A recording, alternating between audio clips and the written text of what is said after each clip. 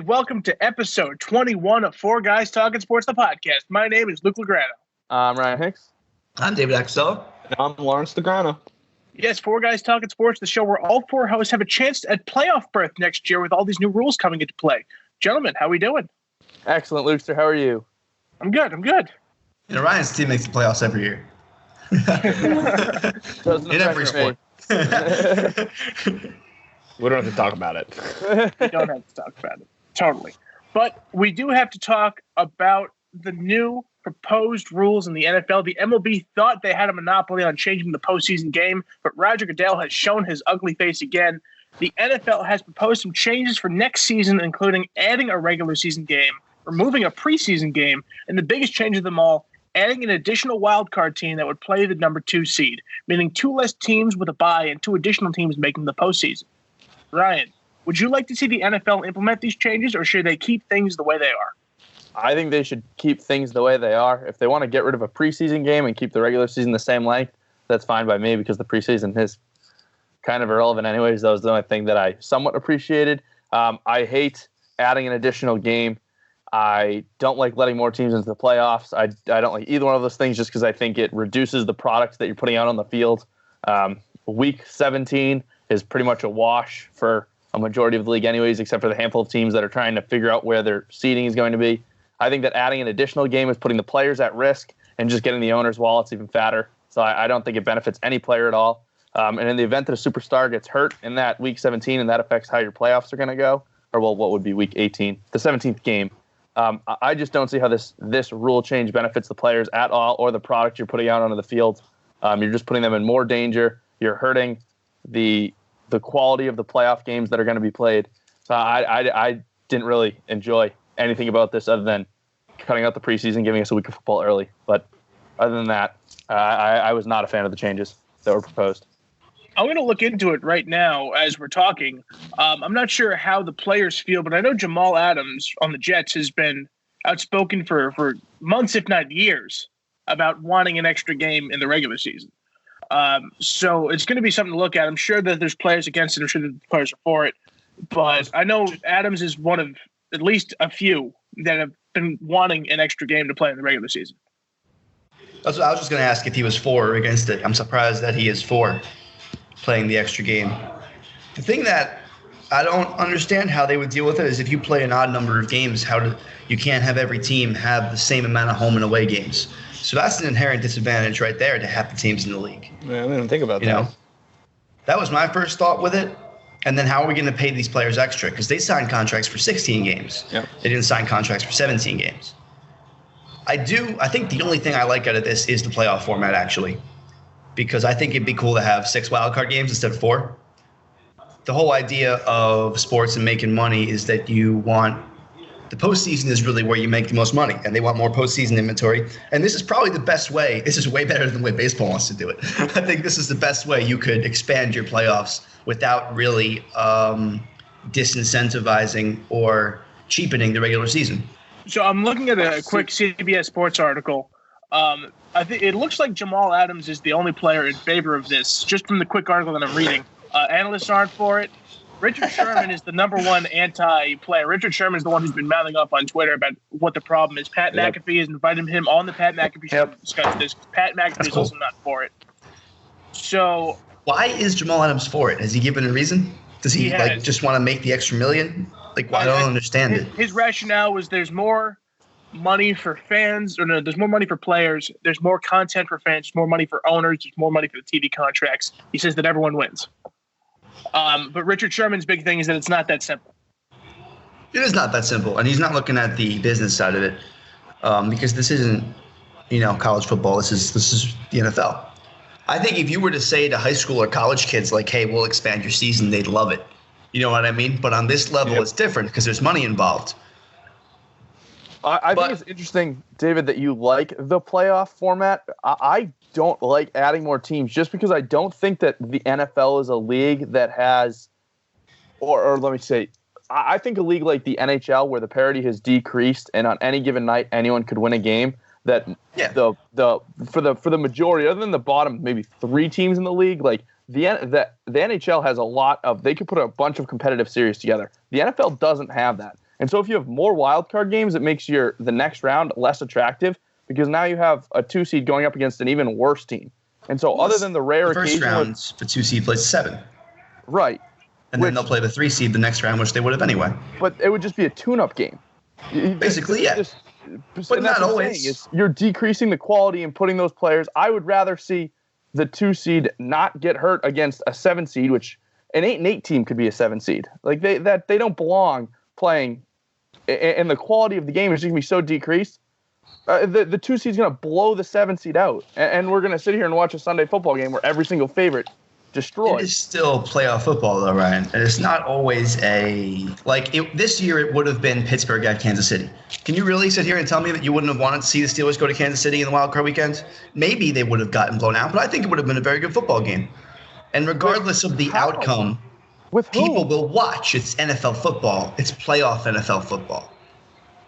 I just don't. I don't understand the point of putting out a game that rarely is going to be competitive.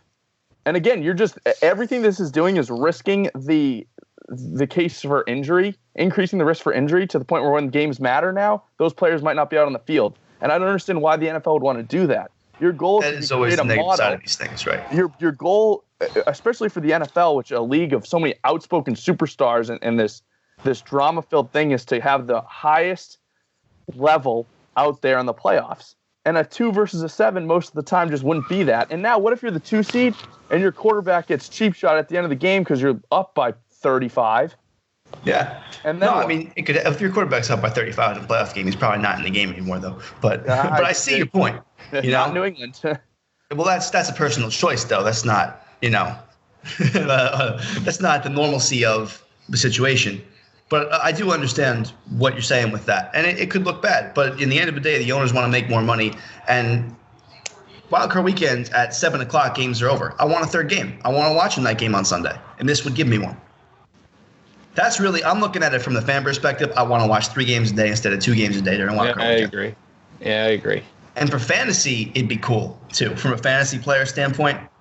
But players' health is obviously the biggest drawback of this scenario, and why they'll never agree unless they get a big payday out of it.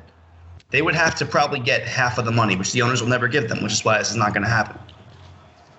Or a cap expanded from not 250 maybe to 400K or 450K, something like that. That's going to be what they want in return, and the owners are probably going to say no.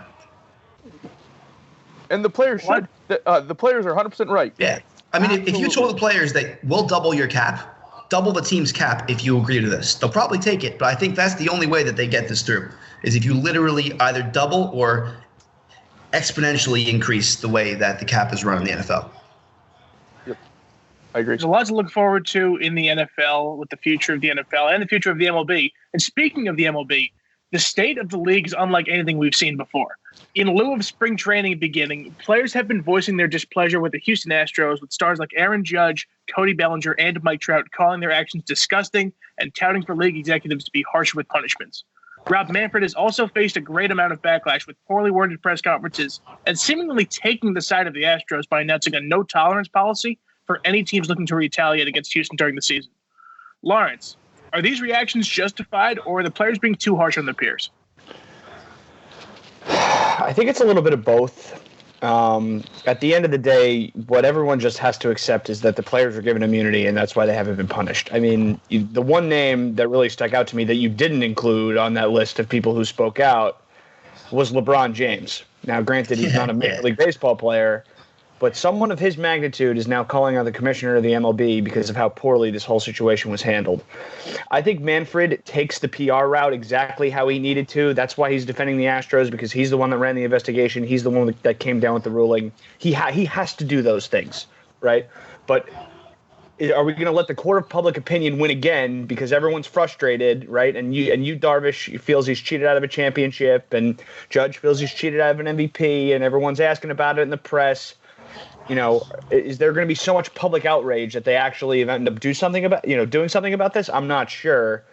But, I think we just have to take it for face value. Like, the investigation happened. It is what it is. It sucks. It's not fair for anyone. Everyone gets that, right? And especially now, this is February 22nd, and we're still talking about the baseball season from 2 years ago when spring training started this weekend. I mean, 3 years ago by now. Absurd, right? It's completely absurd that we're still talking about this. It's totally. I mean, it's not overblown. It's actually pretty awful stuff. But I mean, I think it's both. I think there are arguments for both, and the fact of the matter is, it was handled how it was handled. And why the fuck don't we have a Red Sox punishment yet? Would you have known spring training started today if I didn't say it right now? Yes. So you guys would, but I bet the average fan would not. No, I had no idea. Yeah, well, the only reason I knew, honest to God, is because Porcello was making his first start in a Mets uniform, so I was pretty excited. Yeah. I read a great feature on him the other day. Ryan would probably appreciate this, but he's a sinker baller in a fast ballers league, and he said the reason that he was pitching so poorly in the first half of last year is that he didn't feel like he had command over the pitches he was good at throwing, because of people adjusting his kind of mentality, his I don't want to say format because that's obviously not the word, or strategy, but his throwing motion. I don't know why this word that I'm thinking of is slipping. Mechanics? Me. His mechanics? Yeah. That wasn't what I was thinking of, but yes, most certainly it definitely applies. That gets the point across. Yes, and he said in the last month where he was absolutely stellar, he was like, I just went up there, stopped listening to everyone, and I was myself, and I threw how I wanted to throw. He was like, and then I knew I could get people out again. So as a fifth starter, this guy's got a pretty high ceiling, I feel like, former Cy Young winner, and it could make the Mets pretty damn good if he returns to form. So I did know spring training was starting. Rick Porcello, you're welcome. I was going to say, what is the fifth starter really the exciting drawing point for you? Oh, look at how our off-season's gone. New pitching edition. Rick Porcello. I mean, I did check the lineup and saw that Pete Alonso was hitting that game, and I was like, okay, there's my actual reason to turn it on. But did they televise it? I didn't even know if they did. I didn't have it on YouTube TV in Hoboken, but I don't think I get Pix 11. I could be wrong. I don't think it was televised at all. David, let me ask you something. Yeah. We definitely tangented super hard from the 2017 Astros way too hard. Rick Porcello's ceiling. So I apologize. Back to the question at hand here. David, it seems that no one is upset with Tony Clark here, who's the head of the players union here. Should he be getting some backlash? Because it seems to be coming all on Manfred right now, and everything's directed at Rob Manfred. Tony Clark's job is to defend the players and defend this contract that he negotiated. That's like getting mad at the defense attorney for arguing that his client's innocent.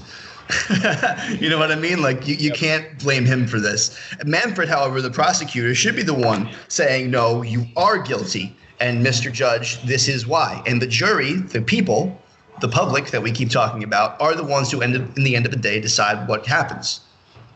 But why though? Why does Joe Schmo egghead on Twitter get to spit his Twitter fingers, retweet LeBron a bunch, and then make a decision in the major leagues? That doesn't actually get the impact. I'm just saying, the pressure from the people is what usually drives things like this. I think what's so weird about the scenario is that they get the same defense attorney. Like, you get your own defense attorney. You could be mad at your own defense attorney. Everyone's protected under Tony Clark.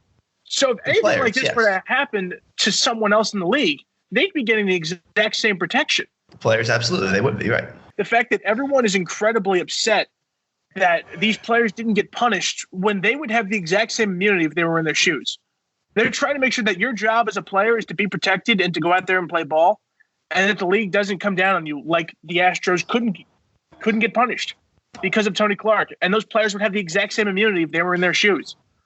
I believe it's come out that they can be suspended, and the MLBPA has said that we would not block a suspension if Manfred gave it to these players. I'm pretty sure I saw that in the story. That's true, but that would also ruin the integrity of the investigation. Why? Rob Manfred. They would have all given up so much more, knowing that they're right. I agree with Luke. They all gave up so much because they knew they had immunity, and now they gave up all this information. Were completely honest and compliant with the investigation, and now they get suspended. So they physically cannot. Then you're right. I see. It's a weird scenario. Well, I don't know. We'll see. Do you think on a very, very small scale, this has added a little bit of excitement to the league that it kind of needed? Similarly, and again, on a very, very small scale, to the whole steroid issue, which, like, the steroid issue was cheating, but the steroid issue made baseball a lot more exciting in the home run races, and people started to watch. I've seen baseball on Twitter all winter, and now people are talking about bench cleaning brawls and the Astros getting hit on a small scale. I'm going to give you a one-word answer, Ryan. Answer your question. Absolutely. It does. It is adding drama to a league that desperately needed it. Well, Well, with that, I agree with you. I think the steroid thing, though, really took it away and turned people off. There may be some people, old school guys, they get turned off by this and say, I'm not watching baseball. The Astros are going to cheat or whatever. But the big fan bases, you're right, have been riled up. And it's absolutely what the riled sport up. Kind of needed. And now, obviously, I say that from a fan perspective of someone whose team is currently under awaiting. Investigation. Yeah, you're right, and had the best offensive season in baseball, arguably ever. So I understand that my perspective is vastly different than the rest of baseball fans. But it has added drama to the offseason that I think the MLB needed. On the show, I think, I don't know if all you guys, but I've been quoted definitely saying that had the Mets done this in 2015 and won a championship, I would have been delighted. And I would still be happy with it. Even if all this came out, would still be happy. And would still defend it. So, I mean, I totally get where you're coming from, Ryan. The LeBron James idea, though, do you think LeBron James gets involved if he's not a Los Angeles sports athlete at this moment, though? If he was still in Cleveland, do you think he's involved? Or is the fact that he shares the city with the Dodgers? You know what I mean? He loves the spotlight too much. He would open his mouth. I think I agree with that. He's opening his mouth a lot more, like about stupid shit in the past 2 years. I feel like that's so because maybe of his popularity across the globe. To me, it felt like he was only doing this because he shares a city with Cody Bellinger and the Dodgers. No, it might have. And it's just fan base, basically. That. People that are Dodgers fans are also Lakers fans. That's true. You want to hear your guy back you up. So we've covered the NBA trade deadline a while back, and now it's the NHL's turn. The NHL trade deadline is this coming Monday, the 24th, but there have been a plethora of moves made already, and those moves include Minnesota Wild winger Jason Zucker to the Pittsburgh Penguins, New Jersey Devil defenseman Andy Green and winger Blake Coleman to the New York Islanders and Tampa Bay Lightning, respectively, LA Kings winger Tyler Toffoli to the Vancouver Canucks, Ottawa Senators defenseman Dylan DeMello to the Winnipeg Jets, San Jose Sharks defenseman Brendan Dillon to the Washington Capitals, Montreal Canadiens defenseman Marco Scandella to the St. Louis Blues, LA Kings defenseman Alec Martinez to the Vegas Golden Knights, Vegas Golden Knights center Cody Eakin to the Winnipeg Jets, and finally, Anaheim Ducks winger Andre Case to the Boston Bruins. The week before the deadline has been incredibly busy. But which deal do you think has made the biggest impact so far? To be honest, I don't know the standings off the top of my head, so I don't know where each team is positioned to the point of the effect. I think just Case is probably the most talented player to get tossed around in that scenario. So, and he's going to the team that's already probably the Cup favorite. I'm going to go with that one. It just seems like they had the most impact here. Plus, getting rid of David Backes. I think the major thing about the Bruins trade is the fact that Sweeney was able to get rid of that contract and not compromise the roster that he's putting on the ice right now, which is huge. I thought for sure they would have to get rid of one of those middle six in order to get that contract off the books. So I think the fact that he was able to do that is massive. And I think the most impactful trade is either that or the Coleman to Tampa trade. And you kind of alluded to it, David, that you're talking about the two top teams right now in the NHL power rankings. And so I think the Bruins were in on Coleman and lost that sweepstakes. And I thought that was a big one. And while I love what the Bruins did, I think that in the playoffs, one of those two players is going to have a big goal in a Game 6 or a Game 7. And at that moment, we will know which of these two trades paid off. But right now, those two are the biggest two trades that are going to have implications between now and May. I don't know. I think they're definitely the two most impactful trades for forwards. But with a weak defensive rental market, I'm going to have to go with the best trade being made by none other than the Vegas Golden Knights acquiring Alec Martinez from the Los Angeles Kings. We have a storied past with Alec Martinez, the three of us here that are Ranger fans. He scored the game-winning goal in 2014. No one will ever forget that moment. It was really unfortunate. And now he plays for my second favorite team, and I'm kind of mad about it. However, with the quality of the defenseman on the market, the three that everyone was really looking at was Brendan Dillon, who went to the Caps, Alec Martinez, who went to the Knights, who I think is better, and then everyone's kind of still waiting for Sami Vatanen to be traded from the Devils, but he's on long-term injured reserve, so we don't even know if that's definite. But that top of the Pacific Division is packed. I mean, the standings are so close. It is so slim, the margin up there. And Vegas has been playing really well over the past month or two. And maybe this trade is what gets them their, top four defender that kind of pushes them over the hump and makes them, kind of pull away from the rest of the Pacific. So I think this will end up. I agree with you that Case and Coleman I think are easily the two biggest impacts on a forward. But I think this might end up being the trade that could take this team to the next level and really get them deep into the Western Conference playoffs. Lawrence, I'm gonna disagree with you on all fronts. I'm going to disagree with you across the board there. Not only do I think that Martinez isn't the best defenseman to get flipped, I think Brendan Dillon of the Washington Capitals is a seriously great signing for them, and they really need depth at D, and he's going to do a great job for them. I think you guys are sleeping on one big trade that we haven't talked about yet. Yeah, Andre Case is probably the biggest trade of the bunch. But we talk about all the time on this podcast that Boston teams don't die. The Pittsburgh Penguins don't die. Whatever they do, and they just added a great forward on a team that was hot garbage. Jason Zucker is going to do some great things for this team. They need some serious help because they've got injuries galore like they do every year. And I think he's going to do a great job filling that hole that Jake Gensel was in. That extra score, because who needs Crosby? Who needs Malkin? The Pittsburgh Penguins will still win games when they've got Brandon Tanev and Jack Johnson and a bunch of hot garbage. They don't need your star players, and now they got one. The 2019 New York Islanders would like to beg to differ. Right? Did they beat them? Yeah. Yeah. Quickly, while we're talking sports, we would be remiss because do we talk sports on this podcast? Do we talk sports on this podcast? Talk sports. We'd be remiss to not talk about Mr. Alexander Ovechkin potting number 700 just a couple hours ago, which was absolutely insane. He is going to break Gretzky's record. It's not necessarily a matter of 100%. I don't see there's any way that he will too, but I don't think that. I absolutely believe it, but I don't think it's guaranteed. Do you really not believe that? No. Look, do you understand how close he is now at the age of 33? What is it? No, he's 34, and what's it, 164 to go? 1 year off. Yeah, that's. Yeah, but you know how hard it is? He could do that by 36.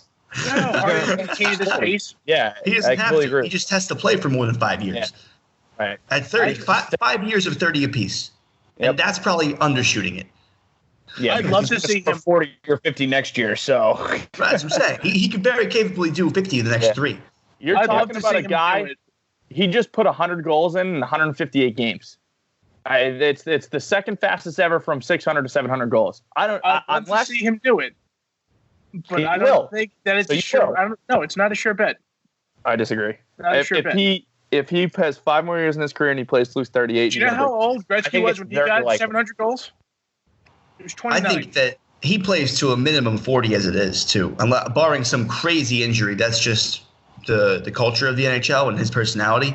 So I mean, that's 6 years, but he doesn't need that much time. Right. That's all I'm saying. Money on it. The point is not the fact that Gretzky did it when he was 29. The Gretzky is in a realm of his own that will never, ever, ever be touched. He is the best hockey player. No one will ever come close. That is an untouchable margin. The fact of the matter is, point with that period. The fact of the matter is the fact that we're seeing a player who may touch one of his records. The fact that he's even in discussion. I mean, the amount of points that Gretzky put up. There was a very, very long time where no one was even thought to have come close.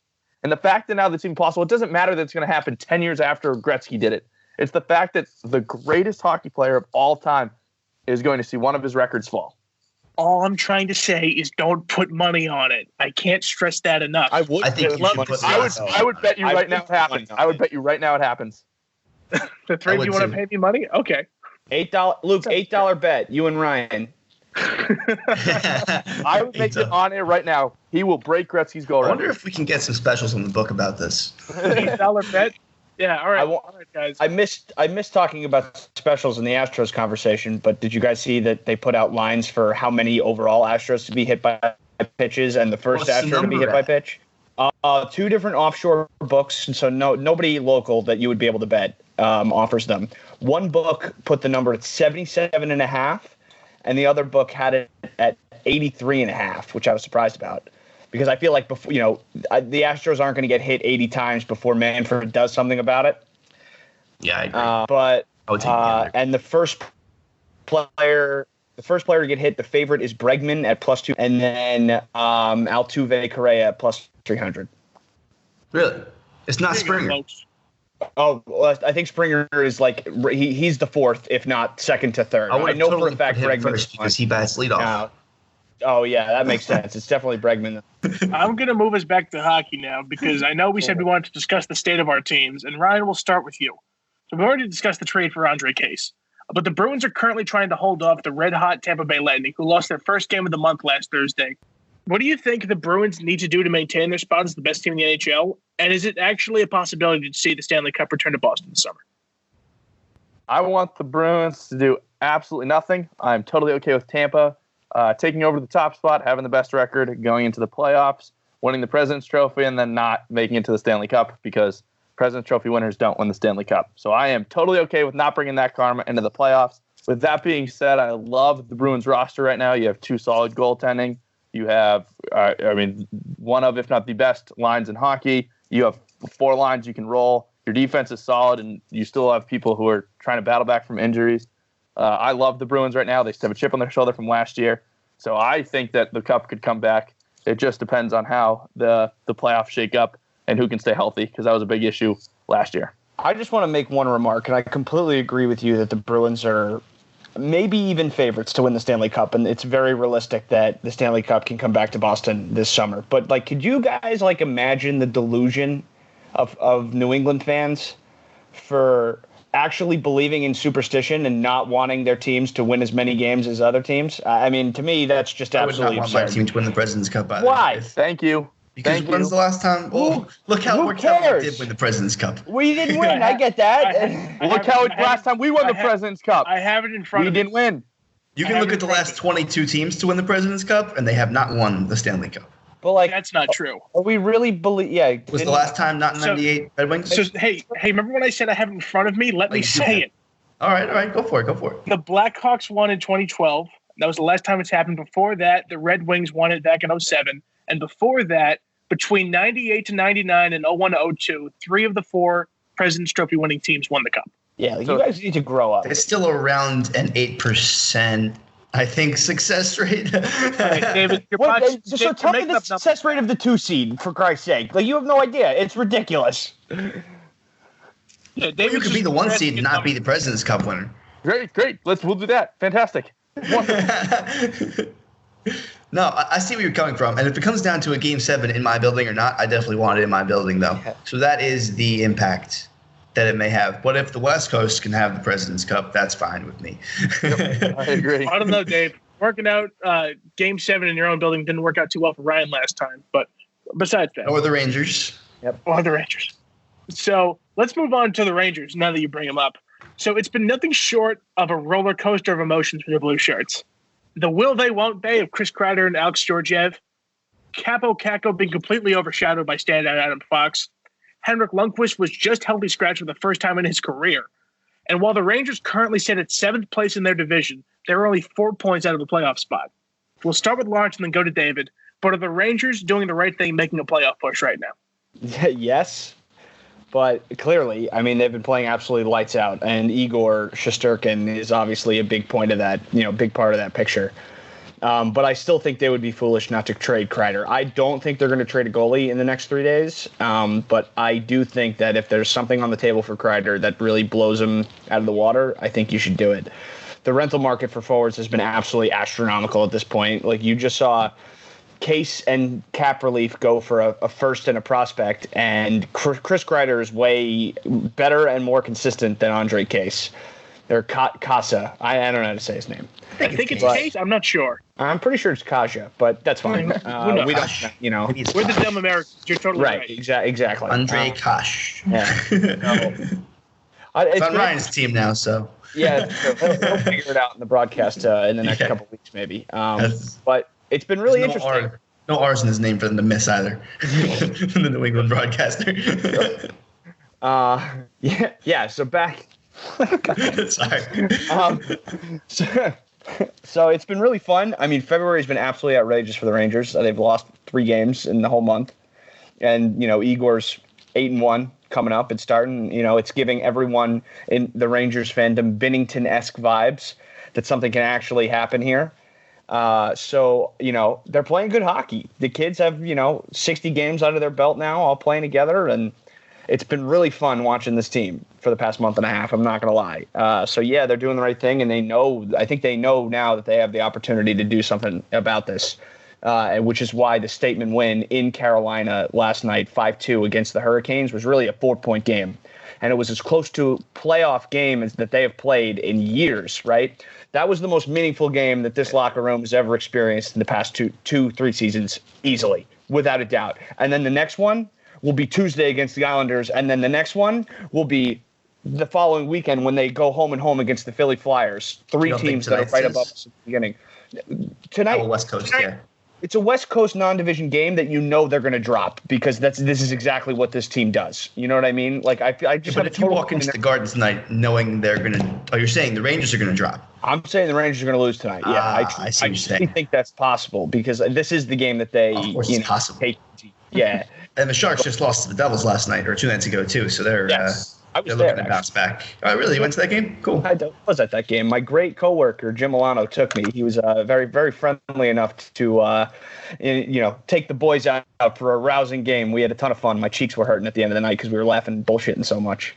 And he asked a question for the show. I'm very excited to get to it later in Mailbag. Thanks, Jim.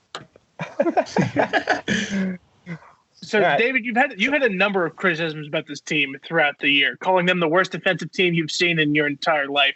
Worst Rangers defensive team. Yeah, no, that's what I was referring to. The goalie issues. You've had a number of criticisms. So I'd love to see what you have to say here.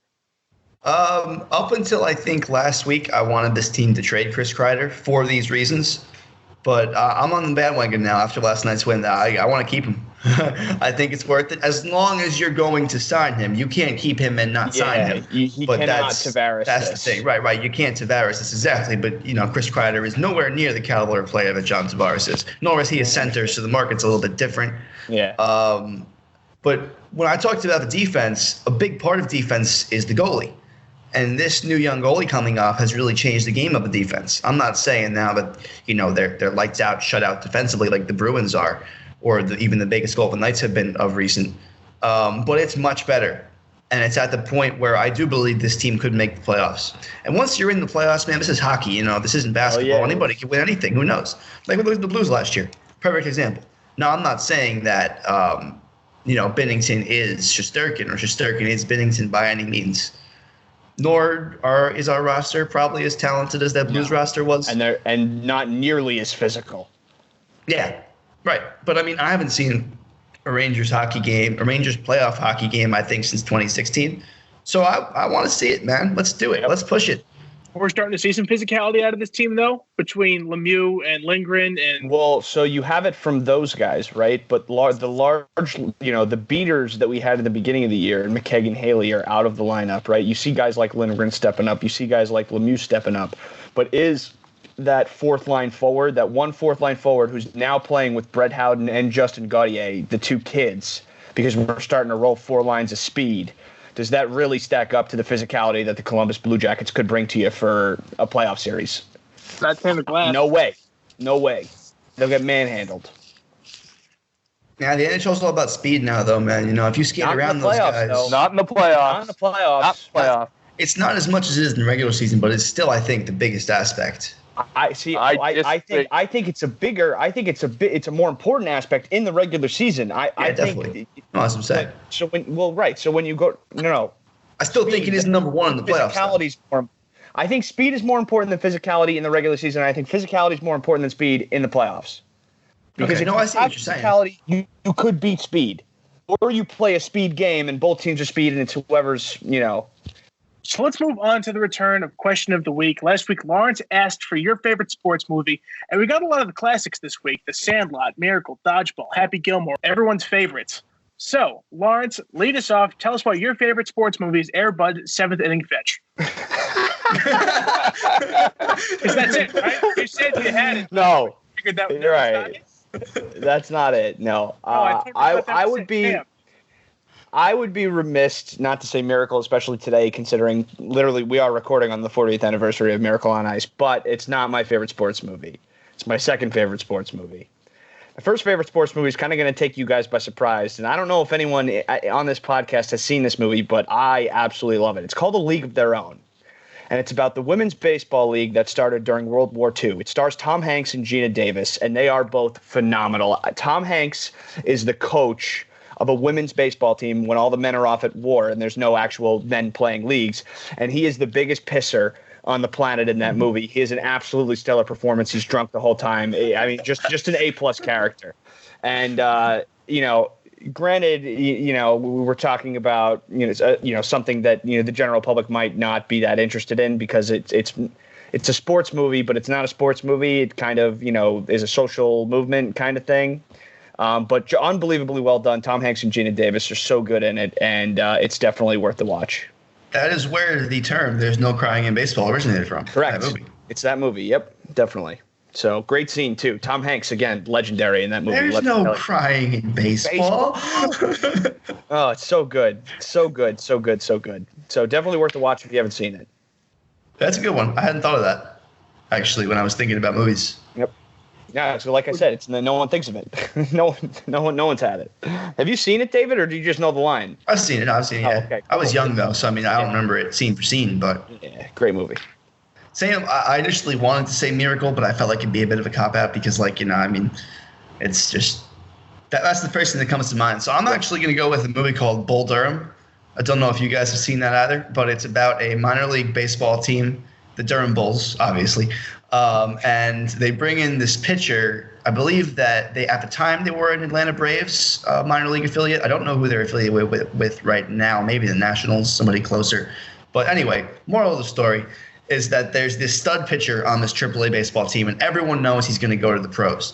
And there's this journeyman catcher who he's, around the age of 40, and he's been up and down from the pros, and he's really the veteran of the team. And he starts giving this kid shit. He's like, you think you're hot shit. Like, these pitches, they'll smash these at the next level. You know what I mean? So it's a real interworking between someone who's about 20 years older and younger, kind of like that mentor student relationship, even though at first the pitcher's real reluctant, and then there's a woman involved too who is bouncing back and forth between the two of them, and it's also just an hysterical movie, very funny. It's kind of a comedy, but it's also got that sports vibe into it and that going into it. So in case you want to watch it, I won't ruin any more of the plot, but good movie. Thank you. Ryan, you were nodding your head before. I think I've got a feeling I know what yours is. Yeah, I mean, you guys are gonna say it's the cop out, but I saw the movie when it came out in theaters. I could quote the whole thing. My mother has actually, I don't think, seen the whole movie start to finish, and she can quote the whole thing because we've watched it so many times in our house. Miracle is my pick. Yep. I grew up playing hockey. I grew up watching the movie. Like I said, I could tell you from opening line to closing credit what that movie is. It's just we watched it so much it couldn't not be my pick. It just because of how much meaning it has. I was with my dad when we saw it in theaters. We grew up playing hockey. Most of the players on that team were from the area. Were a lot of BU kids, BC kids, just BU kids. So it's Minnesota kids. Yeah, there's a lot there. There's a lot that I grew up with. So that one's got to be my favorite. I totally respect it, man, with your hockey background as well. Oh, yeah, you have much more of a hockey background than all of us put together. So my whole youth hockey team the year came out, went and saw it in theaters. All of a sudden, wonder all the parents, all the dads sat behind us. It was cool. It was a cool memory. So my answer actually got said already, but not by you guys. And it's the movie that delivered fantastic lines like "crammed up your cram hole," "stick it in your ear." It gave birth to ESPN 8 The Ocho. It's Dodgeball, without question. It's the best Ben Stiller movie ever. It's the best Vince Vaughn movie ever. White Goodman is probably the best villain in any movie I've ever seen in my entire life. Cameo by Lance Armstrong when everyone didn't hate him. Oh man, there's nothing but good things to say about it. It's a true underdog story, as it says so in the title. I read about it in a book. Ipso facto, I'm Russ. That's a great choice. It's also the most quotable movie, besides maybe Anchorman. So I'm going to go with that. We have a question for the next question of the week. Ryan, let's hear it. Yeah, we're all, for the most part, I know the Legranos have an extensive collection.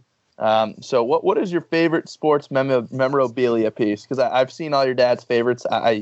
He's giving me your tour, but I want to know what everyone's favorite sports memorabilia is that you own. Does it have to be that I physically own, or can it be from theirs? You know what? Family relations, all let you pick a Lograno piece. Please don't rob our house. I beg you. I'm sure you guys off the top of your head know what in your basement I would pick. Yeah. Luke, you're probably looking at it right now. Yep. Maybe not, because there is another one in there that maybe, yeah. That's a good point. You probably can't physically see it then, Luke, to give you a hint. Oh, yeah. I don't David, you're think I'm totally looking right. at it. I could be looking at it. No, I don't think from where you're positioned you can physically see it. Okay, so then, it's what I'm thinking of then. All right. There you go. Now the robber's going to watch the YouTube page, find exactly where Luke sits, and then find the memorabilia that can't be seen from Luke's position. It's not in this We range. have an alarm system. It's true. I do lock the doors. That does happen. So let's not waste any more time here. Lawrence, let's hear it. Mailbag. Ladies and gentlemen, welcome to Mailbag. All right. So let's start light. Pat Pitts wants to know, if you could be created in any sports game with decent enough stats to be a starter, what sport do you pick? What? One more time. Wait, can you rephrase that? Yeah, I got lost halfway through. Essentially, you get made into a starter in a sports video game. But which sport? Baseball. So which sport would I make myself a starter in a video game? Totally Madden. Correct. NHL. Yeah. I've done it many times in Madden, and I think that's the only one I've done it in. So. And NHL? I'm doing NHL. Ryan, you wouldn't pick – Ryan, I've seen you make yourself 7 feet tall in 2K. You wouldn't do that? My favorite is to make him as tall as can be or as short as can be and see how many points I can score. It's a lot of fun. Clearly, Luke and I living together, we had a significant amount of free time on our hands. The My Player mode in 2K19 or 2K20, I believe, was a lot of fun. Whichever the most 2K has the best My Player. Even I would even go say franchise mode. Just the entire way they have set it up is spectacular. Every other video game should follow them. I'm going to go with David with this one, though. I'm going to live out my O-lineman dreams, my untapped potential, and go be the best O-lineman I could be in Madden. You got to make yourself be a quarterback, dude. There's no point in playing other than that. Do I look like a quarterback? No, you want to be like a linebacker and Linebacker. just blitz every play, because that's kind of fun, too. You know? All right, Tom Kamel has 2 MLB questions. First, do we think the MLB will have another year of haves and have-nots when it comes to powerhouses at the top of the league and a lot of bad teams at the bottom of the standings? Yes. I think the American League will be that way. The National League was definitely not that way last year, and I don't think they will be again. The American League definitely, though, because there's really only 3 teams, I think, that have a shot. If you want to consider the Angels as a turnaround this year, maybe they could be 4. But to me, it's really the Yankees, Astros, and Twins. And those are the only teams I can imagine winning the pennant. I would put the White Sox in there, but obviously a lot remains to be seen, and maybe the Astros are out, and we'll see how this almost there, the White Sox, but they're not there yet. The Astros are definitely not out. But I think they'll be the wild card team, and those will be the 4 teams that'll be able to, secure a spot that look legit. Don't sleep on this Angels team, man. They're really putting them together. Joe Madden is a very, very good baseball coach, too. They got Mickey Callaway now. What does he do, the pitching coach? Yeah, he's a pitching coach. Why? He does a good job with that stuff. Yeah. He was a pitching coach of the Indians team that made a run. Yeah. So you got a guy like Joe Madden making decisions for him, he'll be fine. Yeah, exactly. And the next question Tom has is that he wants to know, with 2 weeks of expecting sanctions against the Boston Red Sox, when do we think the MLB will announce the ruling of their investigation?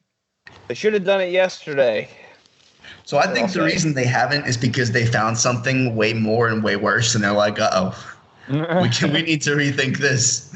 So I don't know what it's going to be. But now if you have players in the Red Sox suspended and not in the Astros suspended, there's going to be a shit show. A whole big shitstorm coming on. And that's not out of their own possibilities. Something that I think is really interesting is that David Ortiz has been quite verbal about the Astros, and he called Mike Byers a snitch directly, while he has tested positive for steroids and is defending the Red Sox who cheated.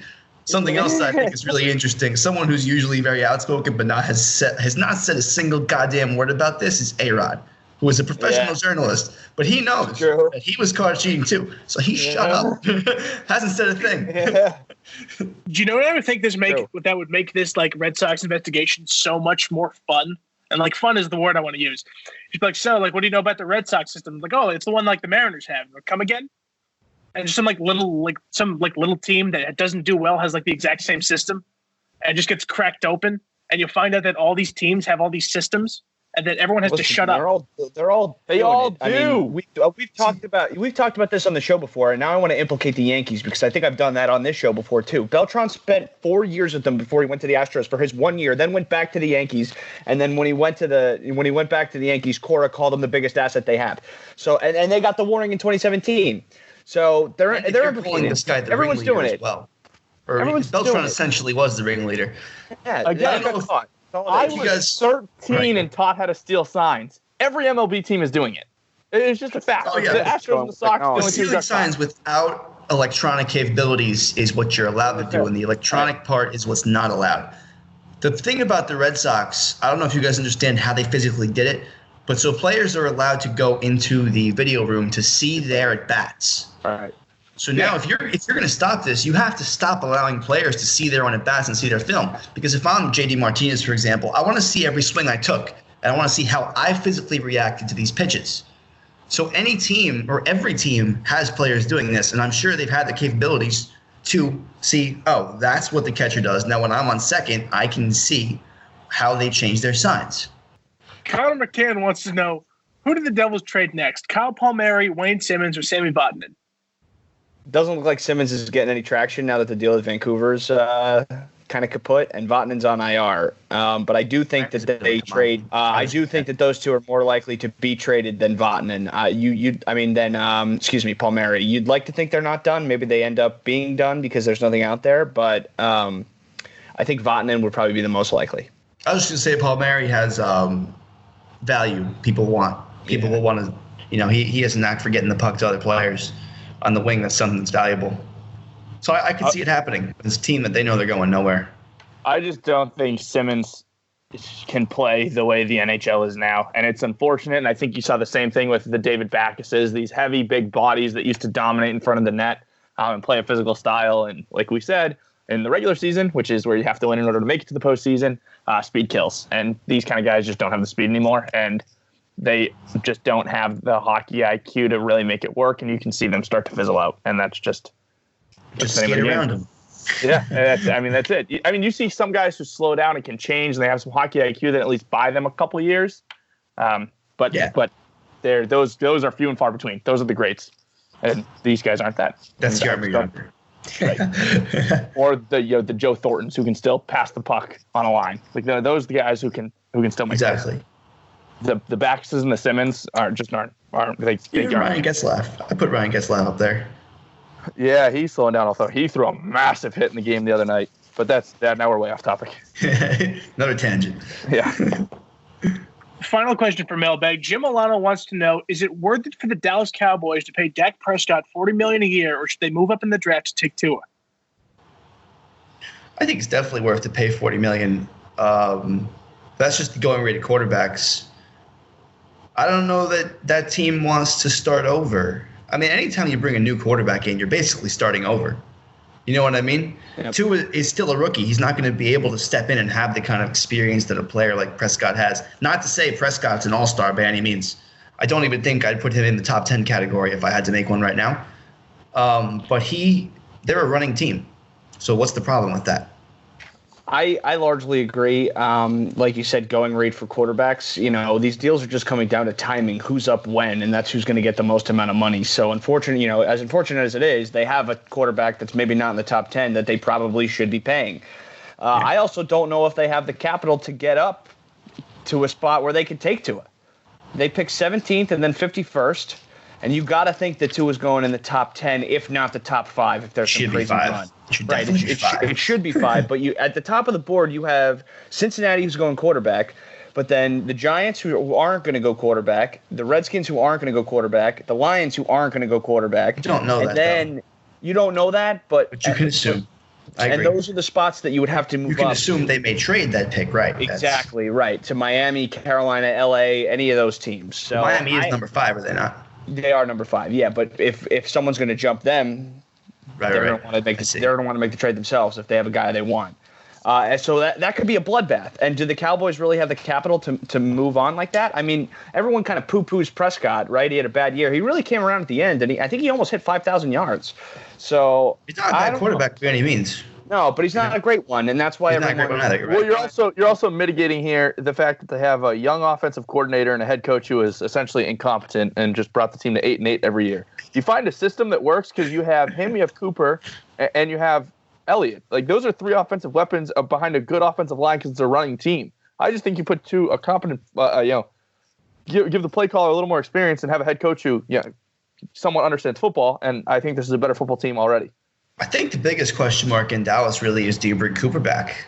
Not do you bring Prescott back? Yeah, I think you do. I want Cooper on the Jets, though. So I don't think Cooper's going to leave. Yeah, I don't think he will. Do you really want him on the Jets? I mean, I guess so. There's no other free agent wide receiver. Quite starved for receivers. AJ Green might be out there. He's not good enough, and neither is Brashad Perriman.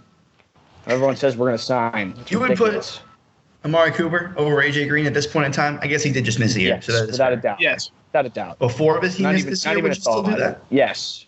Without a doubt. Are you serious? Not even a thought. Yeah, he's 32. Did you play fantasy football 2 years ago? Yeah, I did. 2 years ago. He's tripled. Amari's been great. He's been absolutely stellar for the last 3 years. Even his last year in Oakland was surprisingly good because he was so bad his rookie and sophomore year. Let's move on to the Judges trivia question of the week. And boys, another week without Judges, currently on the snowy slopes, taking it down, gnawing some pow, as they say in the skiing community, I think. I don't know. No. No? I'm pretty sure I heard that once or twice. It's shred. I think it's shred and pow though. I think you were close. Is this shred and gnar? No, shred and gnar. Shred and gnar is surfing. I think shred and pow is the powder is skiing. All right, the trivia question wasn't on snowboarding lingo, so Luke, with it. Sean White. It's my trivia question. You're getting another one. So the category, gentlemen, is Big Four sports. And real straightforward question. Name the team in each of the Big Four sports with the longest playoff drought. The Baltimore Orioles. Yeah, it's not them. It's definitely the Browns in football, right? Yep. Correct. Baseball, Kings I feel like I should NBA? totally know. It's probably the Kings in the NBA. Say it again, Lawrence. The Kings. Is it the Sacramento Kings in the NBA? Sacramento Kings is correct. Yeah, that's a good one. I wouldn't have guessed that, but that makes sense. I probably would have guessed it eventually, the Kings. My first guess was Knicks. Baseball, I feel like, should be so obvious, honestly. No. It's definitely an AL team. Mariners? Seattle Mariners is correct. Yeah, there you go. So now we just need hockey. Hockey? I have no idea. This is the shortest playoff drought. Yeah, that's what I figured. Yeah, because they all make it so much because so many. Yeah. Is it the Red Wings? Red Wings is incorrect. Yeah, Senators? A couple of years ago. Senators a couple of years ago, too. Florida Panthers. Florida Panthers is incorrect. I'll give everyone one more guess. Okay. Is it the Coyotes? Did they make the playoffs last year? Coyotes is incorrect. They made it a couple years ago. Although the Coyotes, I think, are like 2 or 3. So you're close, right? It's got to be a random market. It's got to be a West Coast small market. One more guess, gentlemen. Come on, Lawrence. Come I know, on. I'm thinking. Edmonton. Edmonton Oilers is incorrect. But they made it last year. I watched McDavid play in the playoffs. Oh, man. All right, hold on. I'm going to get you with something good here. Oh. It's in Buffalo. Buffalo Sabres is correct. There we go. Nice. On the last guess. Wow. Buffalo Sabres 8 years without a playoff appearance. It isn't that long. Should have changed last year, too, if they didn't go ice cold. Yep. There you go. All right. Well, that's going to do it for episode 21 of Four Guys Talking Sports. Thank you for watching and or listening. Be sure to like this video, subscribe to our channel, make sure you follow us on Apple Podcasts and Spotify so you don't miss episode 22. And for all of us here at Four Guys Talking Sports, my name is Luke Lograno. I'm Ryan Hicks. I'm David Axella. And I'm Lawrence Lograno. Ladies and gentlemen, thank you for listening. We've enjoyed having you here. We will see you next time. Take care.